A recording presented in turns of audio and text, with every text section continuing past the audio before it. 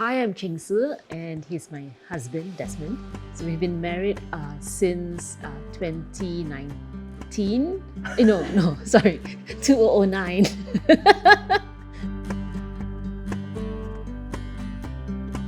The first few years were probably the toughest because we were still getting to know what works for us, what doesn't work for us, how to interact with one another. So in conflict, actually, we are very different. She tends to withdraw. She is less confrontational, so she tends to withdraw, keep quiet, and then silence for the next week or so. So I'm, on the other hand, more vocal, where I want to talk it out because it's happened and we've got to resolve something. If we keep silent, you'll never resolve. You're just sweeping it under the carpet. I think for me, I needed a bit of time to think, to maybe be less angry, that period of time helps. One of the scenarios that has happened is, the boy will come and ask, Mom, can I watch TV? And I'll go, no. And then they go to the dad and hope that the dad says yes. So when the dad says yes, then they'll come back to us. And then, I'll figure out and I tell Desmond, why did you say yes? I just told them no. And then the boys will hear and they go like, oh, great, both of you just fight it out. It's your problem, both of you fight it out and it's not them, you see. So I think we've learned over the years that we always check with each other and we just have to make sure that we're on the same team. Nobody goes through conflict for conflict's sake. It's always about something else. Like, for example, how important the kids are to us. How important it is for us to build a home together. Because an easy way of conflict management is just to chop and parcel out your life and never have to have conflicts, right? You could just decide, okay, all these areas you work on, these areas I decide, and you will never have conflict. But I don't know whether that's a healthy way of building a proper family. Because at the end of the day, you want a unit together. Why are you really talking it out? Or why are you really working out through a conflict? What is so important for the other person? Why do you even bother arguing about this? Is it really important to fight it out? Because if it's really a big objective, then yes, when I say, fight it out, it's really to work through it because it's worth it. If you're married 10, 20, 50 years, things will change along the way because you have different conflicts to manage. You've got different issues to look at. But remembering that you made a decision at the beginning and you haven't changed the decision, it helps to actually strengthen the marriage indirectly without knowing it. Marriage is a lot of hard work. It's not easy. It's not easy having to live with someone who's so different. It goes back to the reason why you first get married in the first place. So at the end of the day, I think it's worth fighting for the commitment that you make, and you just have to, bulldoze it and remember the very reason why you chose to be married in the first place. Conflict is a normal part of every relationship, but we need to be aware of our negative patterns that destroy communication instead of repairing it. Couples can find themselves caught in the same argument all the time. They find themselves in an inescapable negative pattern or dance that becomes self-sustaining. Think of it like an infinity cycle.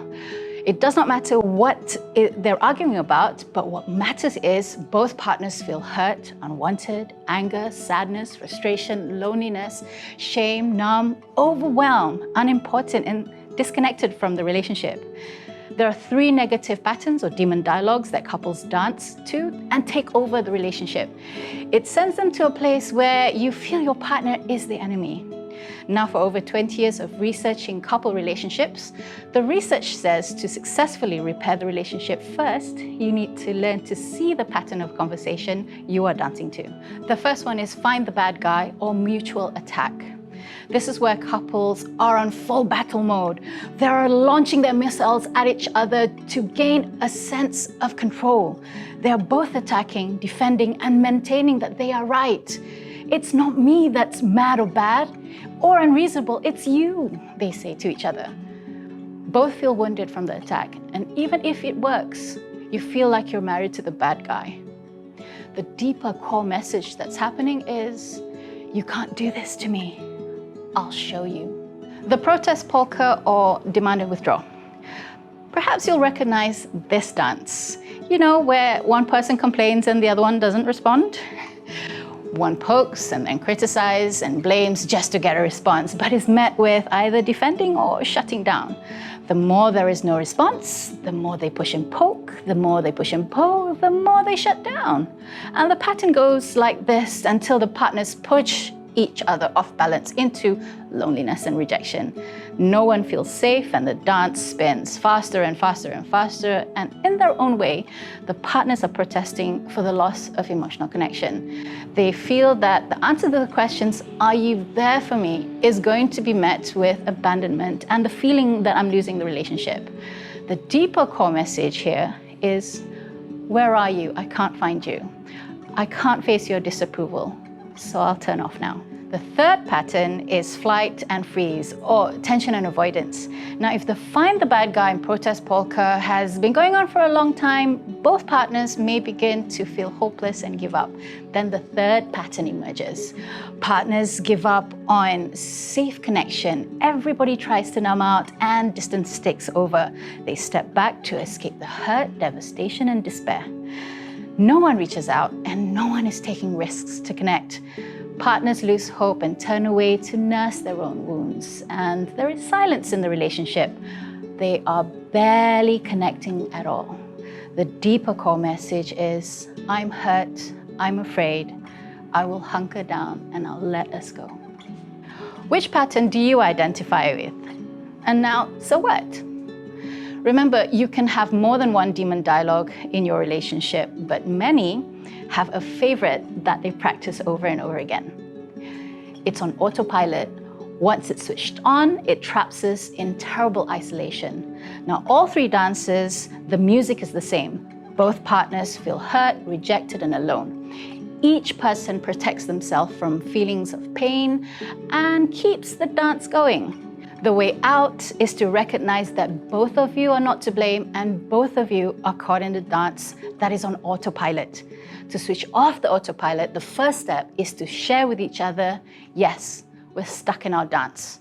Now let's try a different conversation."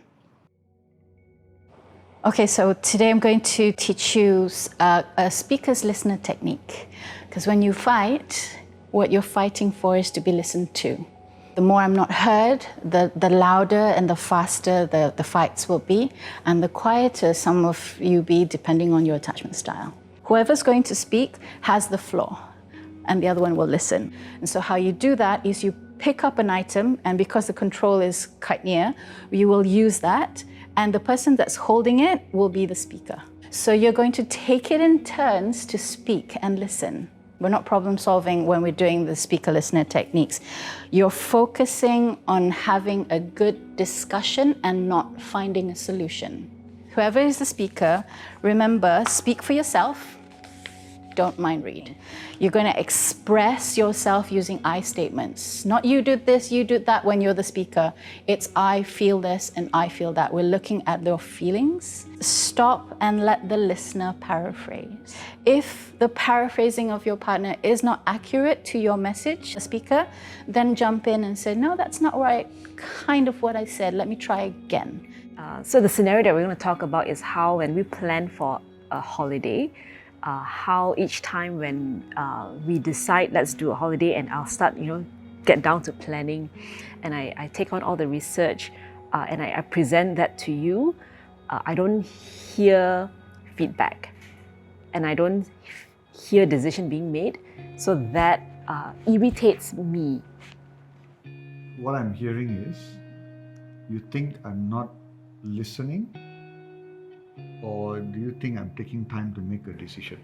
I didn't say any of that. Interesting. Right. What were you doing? Right. So when you were paraphrasing, was it difficult for you to paraphrase, or what was happening for you there? It wasn't, but surprisingly, I got it all wrong. The first round. Right. Interesting, right? So I'm a bit taken aback. I didn't expect to get it all wrong because I thought that's what she meant. Right. So I may have some thoughts in my mind, but I'm not listening to what she wants. So when you paraphrase what she's saying, you're helping her getting clear as well. As you say something, you're paraphrasing her to help to know that the relationship, the message relationship is clear. And when it's clear, she will move on to her next message. Yeah. Do you want to try again? We're trying again. Okay, so what I'm hearing you say is that you're giving me options, but I'm not deciding fast enough. Yes. And Yes. So that irritates me. And that's irritating you. Okay. Okay. now you're the speaker.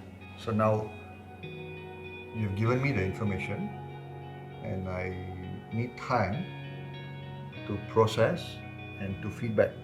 But you can't just pressure me at certain points to make a decision at that point.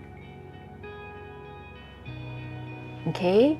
I hear that you need time to process and you can't make a decision on the spot. Is that, am I hearing you right? You need time to process? Yes, but to add on, I did hear you.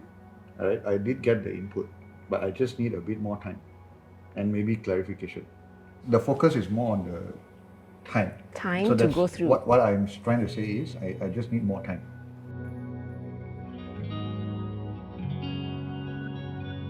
So what was the biggest takeaway that you got from this? I feel the listener plays a more important role, both in listening and paraphrasing. So you're communicating back to the speaker what you have heard and not getting into a conflict. Right. So my biggest takeaway in that session that we had is the importance of me articulating well, so that he's able to listen to the points that I want to speak clearly. The speaker's listener technique is one of the most effective ways to communicate to each other when you're in a fight. Conflict, if you understand it, is lots of people speaking and lots of people not listening. But if you are listening to each other, you notice that that process really slows down and you are able to listen to each other. So it's hard being a listener and hard being a speaker. Healthy conflict management requires that we listen intently to what our partner is communicating without any blame or finger pointing. When we have an open mind to listen without judgment, making space to truly understand each other, we will realize that conflict, when managed well, can strengthen our relationship.